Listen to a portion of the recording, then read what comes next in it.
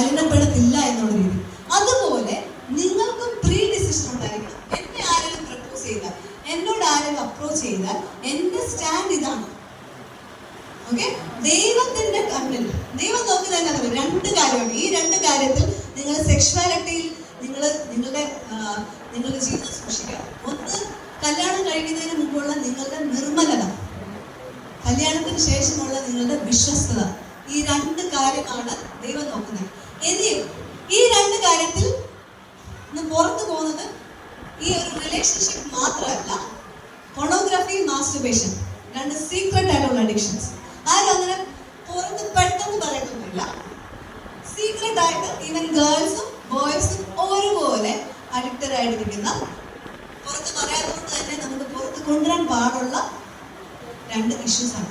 പക്ഷേ if you are ready, നിങ്ങൾ റെഡിയാണ് ഇതിനകത്തുനിന്ന് പുറത്ത് വരുന്നെങ്കിൽ ഇഷ്ടം പോലെ കുഞ്ഞുങ്ങൾ ഇതിനകത്തുനിന്ന് പുറത്ത് അറിയാം. ഫോട്ടോഗ്രാഫി ഓക്കെ, ഫോട്ടോഗ്രാഫി എന്ന് പറയുന്നത് അശ്ലീലമായിട്ടുള്ള ഇമേജസ്. പക്ഷേ ആർക്കെങ്കിലും കേൾക്കാൻ ബുദ്ധിമുട്ടുണ്ടോ? ഓക്കെ, അശ്ലീലമായിട്ടുള്ള പടങ്ങളോ വീഡിയോസോ, ഒരു ന്യൂഡായിട്ടുള്ള പിക്ചേഴ്സോ, മറ്റുള്ളവരുടെ നഗ്ന ചിത്രങ്ങളോ ഒക്കെ കാണുന്ന ഒരു പ്രവണത. ഓക്കെ, ഒരിക്കലും ഒരു ക്യാമ്പിന് പോയപ്പോൾ 3ാം ക്ലാസ്സിൽ പഠിക്കുന്ന ഒരു കുഞ്ഞു വന്നേ. 3ാം ക്ലാസ് ബാക്കി കഥ പറയട്ടെ. 3ാം ക്ലാസ്സിൽ പഠിക്കുന്നത്. അപ്പം ഈ കുട്ടി പറഞ്ഞത്, നമ്മുടെ കോവിഡ് സമയത്ത് അമ്മയുടെ ഫോൺ കിട്ടി. അപ്പൊ അമ്മയുടെ ഫോൺ കിട്ടി, കുഞ്ഞ് നല്ല വീഡിയോസ് ഒക്കെ അത് കണ്ടു തുടങ്ങിയ. പക്ഷേ അതിന് സൈഡിൽ കൂടെ ഒരു സാധനം വരത്തില്ലേ, എന്താ പോപ്പ് വീഡിയോസ്, ആഡ് പോലെ പോപ്പ് വീഡിയോസ് വന്നു.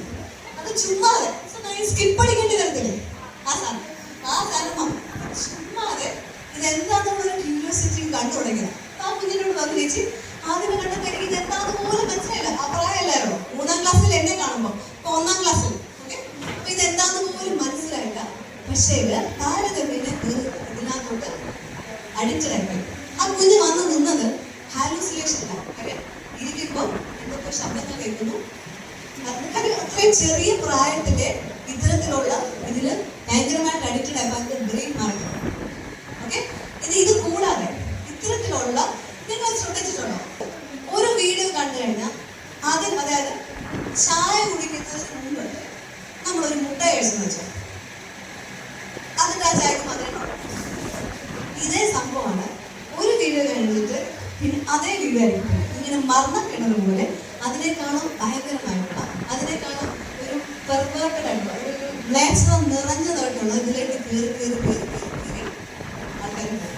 അതുകൊണ്ടാണ് ഇന്നത്തെ കാലത്ത് തിന്മ എന്ന് പറയുന്നത് കുഞ്ഞുങ്ങളെ പോലും റേപ്പ് ചെയ്ത് അപ്പണമൊക്കെ ആയിരുന്നു. ഇതിനകത്ത് കണ്ടത് പരീക്ഷിക്കുന്നു. അപ്പൊ ഇത്തരത്തിലുള്ള എല്ലാ ഡാമേജസിലോട്ടും ലോകം നീങ്ങുന്നതിന് പിന്നിലുള്ള കാരണം. അതിനൊപ്പം മുമ്പ് ആരോ പറഞ്ഞത് റിലേഷൻഷിപ്പ് നമ്മുടെ ഫാമിലിയെ തകർക്കും പറഞ്ഞു. ഒരു പറഞ്ഞത് വലിയൊരു പോയിന്റ് ആണ്. അതെന്നാന്നറിയോ, ഈയിടെ ഒരു കുഞ്ഞിനെ കൊണ്ട് കൗൺസിലിംഗ് വന്നപ്പോ പറഞ്ഞു വന്നപ്പോ അപ്പന് ഈ ഒരു അഡിക്ഷൻ ഉണ്ട്. ഓക്കെ, ഈ ഒരു അഡിക്ഷൻ കാരണം മോൻ ഇത് കാണുന്നു. ഏറ്റവും അവസാനം ഈ അപ്പന് സ്വന്തം ഭാര്യയിൽ നിലനിൽക്കാൻ പറ്റാതായി അയൽപക്കത്തെ ഒരു മൾട്ടിപ്പിൾ റിലേഷൻഷിപ്സിലുമായി. ഇങ്ങനെയായി ഇതിന് പിരിഞ്ഞു. ഏറ്റവും അവസാനം ഒറ്റപ്പെട്ടതാരോ, മോന്റെ ജീവിതം തകർന്നു. ഓക്കെ, അപ്പൊ എന്താ പറ്റുന്നത് ചോദിച്ചാല്, ഇത്തരത്തിലുള്ള അഡിക്ഷൻസ് ആർക്കെങ്കിലും ഉണ്ടെങ്കിൽ നിങ്ങളുടെ ഫാമിലി അത് തകർക്കും. എങ്ങനെ തകർക്കും അറിയാമോ? നിങ്ങൾക്ക് ഒരു ഭാര്യയിൽ നിന്ന് കിട്ടുന്ന സന്തോഷം കിട്ടാൻ കഴിയാത്തതുകൊണ്ട്. ഓക്കെ, അപ്പൊ ഇതൊരു സീരിയസ് ഇഷ്യൂ ആണ്. നിങ്ങളത്